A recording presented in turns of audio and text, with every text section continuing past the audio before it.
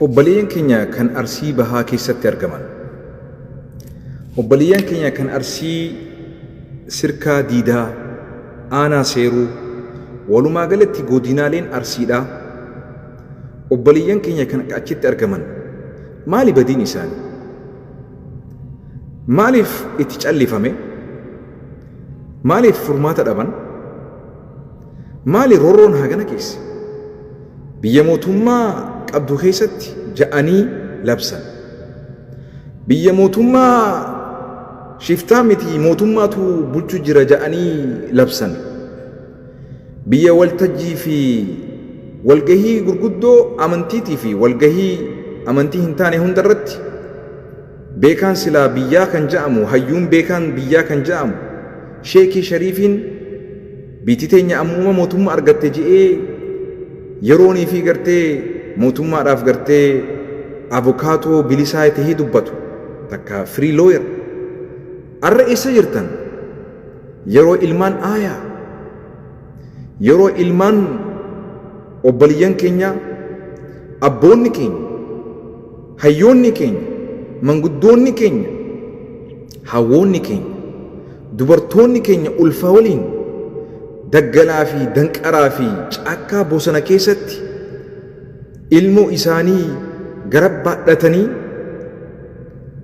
ganda isaaniitirraa buqqaanii buqqaafamanii roorrifamanii gariin ajjeefamee gariin saamamee dirqamanii gariin manneen isaa irraa gubatee arraan tana yoo isaan daggalaa fi danqara keessatti ulfa waliin rakkatan manguddoonni dhagaa fi dirree irratti sitti gartee akka jawweetti dirree irra garagalanii rafan arra onneetamiin sammuutamiin nageekamiin mana keessan keessatti nagayaan teessanii balbala cufattanii walgahii mootummaa irratti hirmaattanii akka nama waa takka hin agarretti akka nama waa takka hin dhageenyetti yoo cufattanii teessan maal isinitti dhaggeeffameeti dhiiroo? Namoonni eessa jira? Mee amantii lafa kaa'i. Namummaan ati baadhattee deemtu kun, namoonni ati qabdu kun eessa jira? Badiin Arsii maali? Namuma qabaatu qofa. Period. Ummata namaa miti, namaa fi sa'aa bira darbee ummata mukaaf tolu, ummata bineensaaf tolu, ummata namni biratti hin beeloyne, ummata namni biratti hin dhoobanne, ummata kabajaa namaa beeku, ulfina namaa beeku, gatii namaa beeku, gatii namummaa beeku. Badiin isaanii kana qofa. Arsiin arra kana qofaaf reebamaa jirti, ajjeefamaa jirti, midhamaa jirti. Ummata yoo dubbate addunyaan jalaa callistu. Ummata yoo ka'ees akka arbaatti sirra ejjatuu beeki. Ummata guddaa gaachana biyyaati, gaachana sabaa salmootaati, gaachana diinii fi daangaati.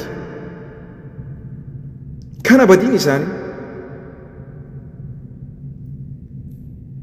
Mee beekaan keenya, mee kutaan 11 isa jira? Duraanuu kanaaf kanu saaxile gaafa kutaan tokko miidhamu, kutaan tokko callisu. Kutaan hundinuu qaama kee akka ta'e wallaalte. Guutuun Itoophiyaa qaama kee akka ta'e wallaalte. Sabaa sablamnoonni Itoophiyaa guutuun ummata kee akka ta'e wallaalte. Dhiisi sabummaa mee? Dhiisi amantiis lakkisime mee namummaan kee? Arra amantiidhaanis adda taatu, sabaanis adda taatu, kutaanis adda taatu, gandaanis adda taatu, loqodaanillee adda taatu. Namummaa addaan hin qabne qabda. Ilma namaa ta'uun kee, nama gargaaruuf ilma namaa ta'uun kee gahaadha siif.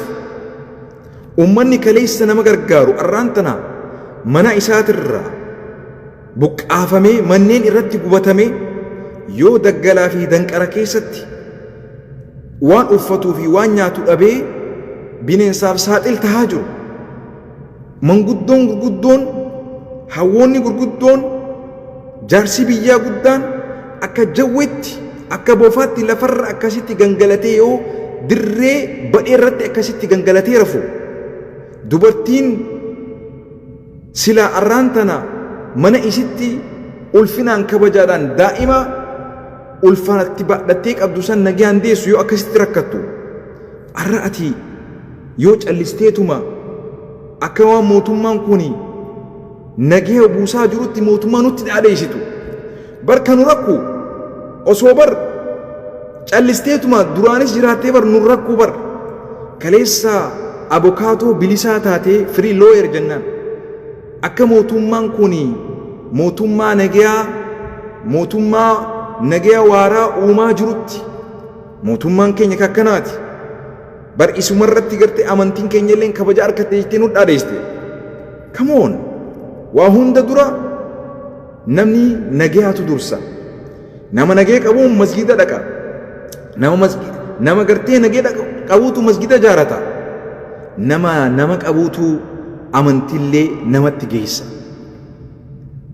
dura arraan tana akkamii jiraattame mataa jiru irratti imaama hidhan mataa jiru irratti imaamata hidhatan yoo mataan kun jiraachuu baate koffiyyaa uffachuu hin dandeessu imaamata hidhachuu hin dandeessu eenyu arraan tana fixxee dhabamsiistee eenyu bulchuu deemta majlisni arraan tana jiru ummanni isaa dhumee muhaacitaan isaa gubatee eenyu namni amantitti geessuu deemu eenyu namni inni hajjii geessuu deemu eenyu namni inni gartee walgahii gurguddoo irratti maallaqa irraa sassaabee biyya itti ijaaruu deemu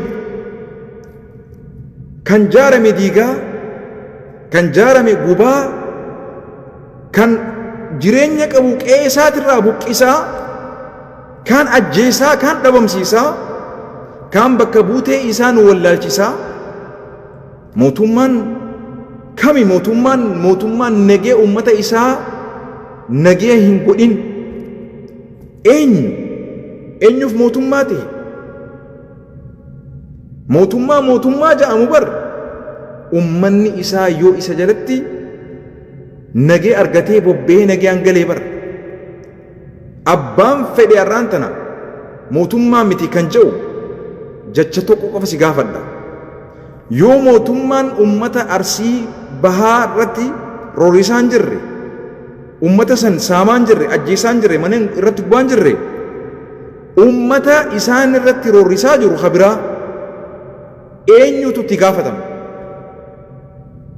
mootummaan ummata yoo hin eeyne ofii isaatiifis waan san yoo godhaan jirre eenyu gargaarsa ummata saniif deemaa jiru yoo karatti hambisaa jiraate yoo ofiif qooddataa jiraate yoo gufuu itti tahaa jiraate yoo ofiifuu gargaarsuma sanuu ofiifuu saamaa jiraate duba eenyutu ummatatti jira janne eenyu kan ummataaf jiru eenyu kan ummatatti jiru